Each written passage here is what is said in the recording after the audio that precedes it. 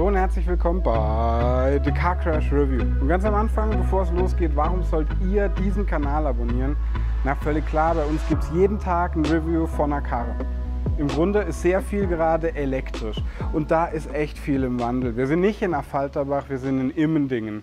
Und man muss bei AMG umdenken, denn wenn alle Autos in Zukunft elektrisch werden, ja, dann muss man auch die AMGs elektrisch gestalten. Und jetzt hat man ein neues Auto mit dem EQS, was wir euch vorgestellt haben.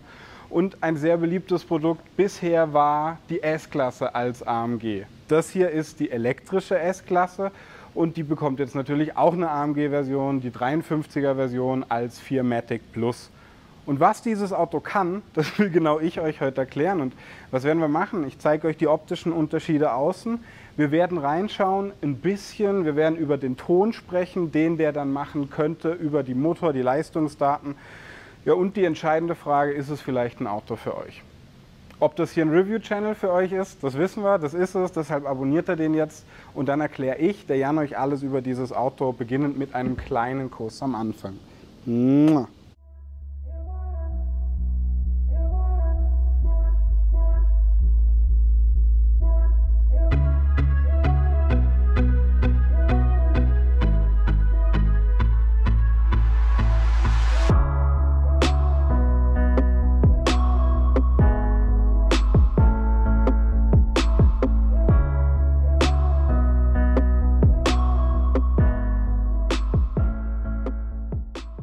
Ja, und ganz am Anfang spreche ich natürlich über unseren Kooperationspartner GoLeasy. Was machen die Jungs?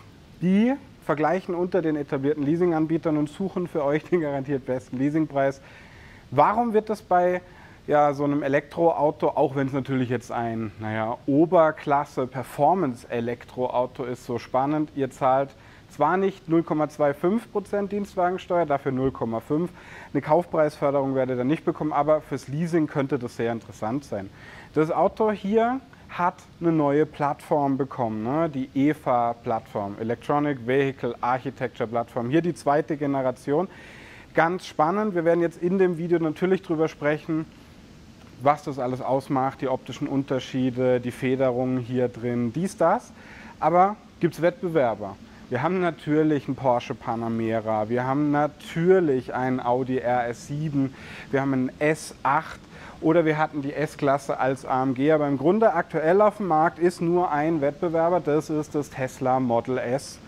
Ja, mit seiner Performance-Version natürlich. Jetzt sind wir einmal außen rum gegangen, wirklich sehr, sehr spannend. Es ist was Neues und AMG hat gesagt, wir wollen unsere Affalterbacher Performance-Gene in dieses Auto packen. Wir wollen also nicht nur, dass der nach vorne katapultiert ohne Ende. Und da verrate ich euch was, 3,4 Sekunden auf 100, 250 km/h wird er optional schnell, sondern wir wollen auch, dass dieses Auto in der Kurve und auf der Rennstrecke so funktioniert, wie wir das eben von einem AMG erwarten. Kann ich euch was drüber sagen? No. Warum nicht? Weil ich es noch nicht gefahren habe. Ich freue mich tierisch drauf, das Auto zu fahren. Aber jetzt sprechen wir erstmal über die Optik und die Position, in der ihr gerade wart, ist eigentlich die perfekte, das Auto zu verstehen, weil der CW-Wert, also der Luftwiderstandswert, ist best in class. Was heißt das eigentlich, CW-Wert? Das Auto geht in den Windkanal und je besser der Wind am Auto vorbeirollt, desto aerodynamisch optimierter ist das Auto. Warum ist es bei einem E-Auto noch viel wichtiger als beim Verbrenner? Genau, es geht um Reichweite. Der hat 0,2 und das ist deutlich besser als Tesla. Das heißt, Mercedes hat es im Anspruch, das beste Auto in der Klasse zu machen, was den CW-Wert angeht, schon mal wirklich Genüge getan. Und jetzt sprechen wir über die Optik vorne. Ich habe die euch erklärt. Was macht das Auto aus? Wir haben in der AMG-Version immer das Digital Light. Das sind hier diese zwei Elemente drin, 3 Tagfahr- bzw. 4 Tagfahr-Elemente mit hier diesem Lichtband vorne, der beides verbindet. Lichtband kennen wir zum Beispiel auch aus VW-Konzernmodellen wie dem Golf GTI. Hier natürlich nur in Nobel verpackt. 2,6 Millionen Pixel bringt dieses Licht auf die Straße, projiziert Dinge auf die Straße, die uns dann helfen. Aber euch interessiert natürlich, wie kommt der CW-Wert zustande? 0,2 ist krass, das Auto hat im Grunde ein Baudesign, die Form einer Seife. Also ziemlich flutschig, ne? Und ja, dazu trägt natürlich dieses Teil hier unten bei.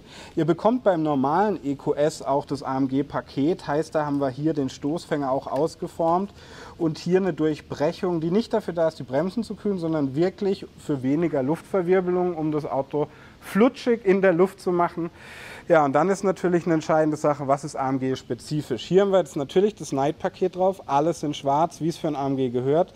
Diese aufrecht stehenden Streben, die man von AMG kennt, natürlich einen geschlossenen Kühlergrill. Hier unten ist eine Kühlergrill-Jalousie, die meistens zumacht für einen besseren CW-Wert, nur öffnet für die Kühlung dann, was sehr sinnvoll ist. Ich muss euch ehrlich sagen, als ich den EQS am Anfang gesehen habe, fand ich ihn so auf den Bildern so lala. Aber je länger ich ihn sehe und je mehr ich ihn jetzt auf der Straße gesehen habe, desto besser gefällt er mir. Und wir sind ja dieses Auto als EQS 580 450 Plus gefahren und es fährt sich unglaublich komfortabel. Zu den Ausmaßen: 5,22 lang, 1,93 breit, 1,51 hoch. Und während ich bei dem normalen EQS von den Felgen gesprochen habe, haben wir hier weniger Varianz. Es sind 21 und zwei 22 Zoll Felgen. Das ist hier eine Aero-Felge. Es gibt hier nur Aero-Felgen. Bei den Felgen kann man wirklich viel rausholen, was den Luftwiderstandswert angeht und damit dann ja bei der Reichweite. Interessant ist, die Motorhaube geht nicht auf. Dafür müsst ihr in eine Werkstatt. Es gibt auch bestimmt beim AMG, hoffe ich mal, so eine Two-Tone-Lackierung. Die hat dann das ganze Element hier dann in einer anderen Farbe. Ihr sagt so, mein Wischwasser, wo bekomme ich das rein? Muss ich da jedes Mal zur Werkstatt? No, hier bekommt er das rein, 4MATIC Plus. Dieses Plus ist auch ein Unterscheidungsmerkmal. Black-Paket heißt auch, dass wir die Spiegelkappen hier in schwarz bekommen. Wir haben hier das Panoramadach drauf in schwarz, die Fensterumrandung in schwarz und ganz wichtig beim Auto sind natürlich auch die eingelassenen Türgriffe und wir haben ja in diesem Dark Chrome das Zierelement in diesem breiten Schweller hier unten. Da unten sitzt der Akku. Der ist auch bei dem AMG ja 108 etwa Kilowattstunden groß und für was für eine Reichweite sorgt er? Auch das weiß ich nicht. Ja, wir haben hinten einen stärkeren E-Motor als vorne und ich bin jetzt direkt dafür da, euch zu erzählen, dass wir zwar die EVA2-Plattform haben, aber wir haben natürlich auch die Federn und die Dämpfung im Fahrwerk natürlich von dem AMG GT 4-Türer, was natürlich auch echt gut ist für ein AMG. Und dann haben wir einen permanent synchron erregten Motor vorne, der ein bisschen schwächer ist eben als der hinten. Und insgesamt ist es hier eine Leistung im Overboost, die 760 PS verspricht, fast 1000 Newtonmeter. Das Auto wird etwa 2,6 Tonnen wiegen und in 3,4 Sekunden auf 100 katapultieren wie eine Rakete. Normalerweise 220 km/h schnell werden, das sind 10 km/h schneller als der normale EQS, aber in diesem Performance-Paket, das es hier dann gibt, wird er dann 250 km/h schnell werden, was allerdings auch so ein bisschen auf die Reichweite drücken wird. Reichweite ist aber nicht so schlimm, denn dieses Auto könnt ihr hier laden. Ne? Muss man bei Elektroautos hin und wieder machen. Laden eben, könnt ihr bis 200 kW und das wäre dann in 5 Minuten 100 Kilometern, 15 Minuten 300 Kilometer. Bei 11 kW wird es 10 Stunden brauchen, bis er dann voll ist. Bei 22 kW dementsprechend 5 Stunden und an der Haushaltssteckdose sollte das nicht machen. Dauert etwa 2 Tage. Jetzt ist natürlich geil, weil das Auto von hinten wirklich sehr gelungen ist. Auch von hinten Bow-Design, Sci-Fi, kaum Ecken, kaum Kanten.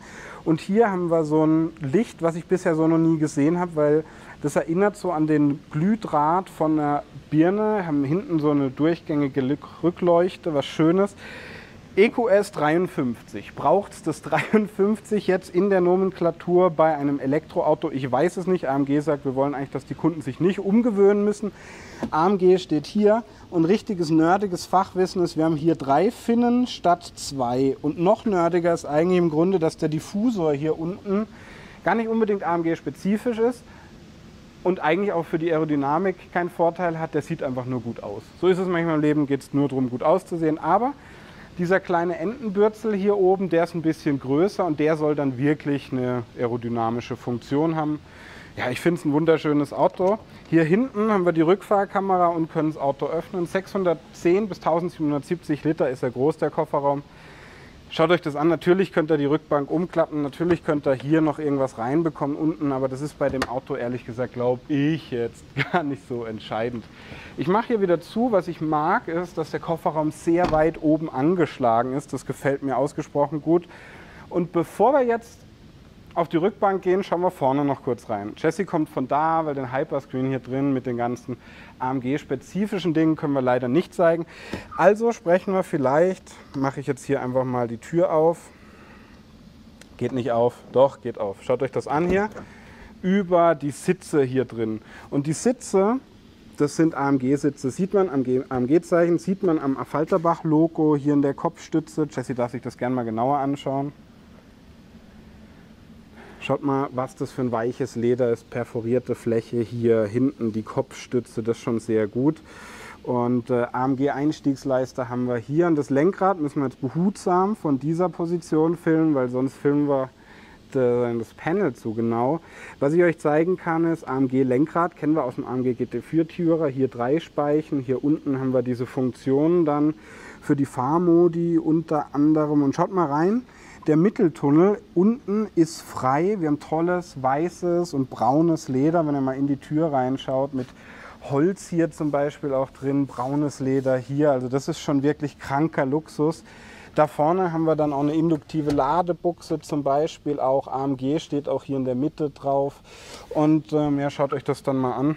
Rückfahrkamera.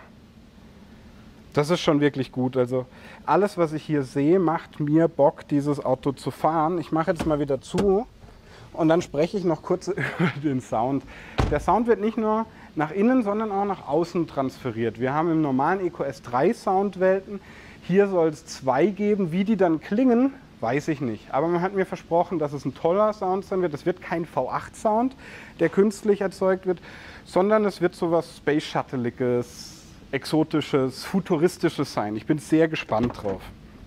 Was ich jetzt mache, ist mal auf die Rückbank springen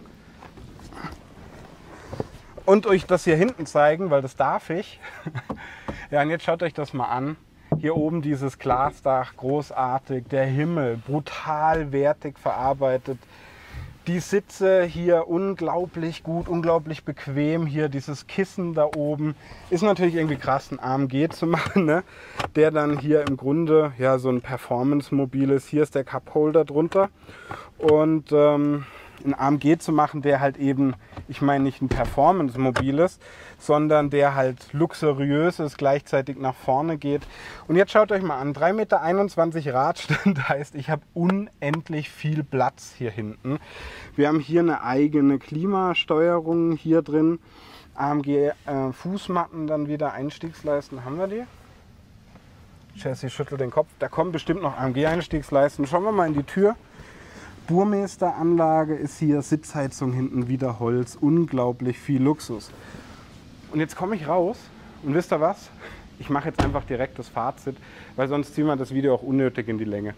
Ich habe natürlich AMG gefragt, sag mal, was sind denn eure Wettbewerber? Jetzt ist es natürlich so, ja, der e-tron GT, ehrlich gesagt, ist so eine Mischung aus Sportwagen und GT. Wir haben hier halt eine S-Klasse, elektrisch, mit mehr Bums. Ja, im Grunde nur das Tesla Model S. Bei deutschen Herstellern hört man nicht gern den Namen Tesla. Der Porsche Taycan ist auch nicht, der ist ja tatsächlich als Sportwagen positioniert. Und es gibt keinen Wettbewerb. Mercedes ist da sehr weit vorne mit dabei. Mit den 780 Kilometern beim normalen hat man eine extrem hohe Reichweite. Und man hat hier mit dem AMG als EQS, als 53 4MATIC ein wirkliches Alleinstellungsmerkmal. Ich finde es nicht wirklich gut, dass dieses Auto den 53er bekommt. Ich hätte es irgendwie anders genannt, irgendwie AMG 1 und AMG 2. Aber dann ist natürlich auch eine große Frage, was kostet jetzt so viel Performance, so viel Luxus und so viel Komfort? Ich hätte nie gedacht, dass der EQS noch ein Stück komfortabler ist als die S-Klasse. Und ich sage euch was, ich weiß es nicht. Ich weiß es stand jetzt noch nicht mal beim EQS 450, ich weiß es nicht beim 580 und deshalb schon gar nicht bei der AMG-Version. Aber ist egal, denn ich glaube, die Leute, die überlegen, so ein Auto zu kaufen, werden auch wissen, dass der sich preislich an der S-Klasse orientiert. Das werden vielleicht so um die 140.000 sein und die so viel Geld haben, denen ist sowieso egal. Alle anderen werden natürlich bei unserem Leasingpartner fündig, das ist GoLeasy. Was machen die Jungs? Na, die vergleichen für euch unter den etablierten Leasinganbietern und suchen den garantiert besten Leasingpreis raus. Auch für den EQS als AMG, Jungs. Habt ihr den? Schaut gerne mal vorbei, vielleicht werdet ihr wirklich fündig. Hier seid ihr nicht beim besten, schnellsten, komfortabelsten Elektroauto der Welt, aber die Attribute zählen auch für unser Kanal, deshalb abonniert den. Ich bin der Jan, brauche jetzt ein Getränk, weil mein Mund ist brutal trocken, weil das Auto einfach mich so ein bisschen angemacht hat. Ich bedanke mich bei euch fürs Zusehen und bis bald.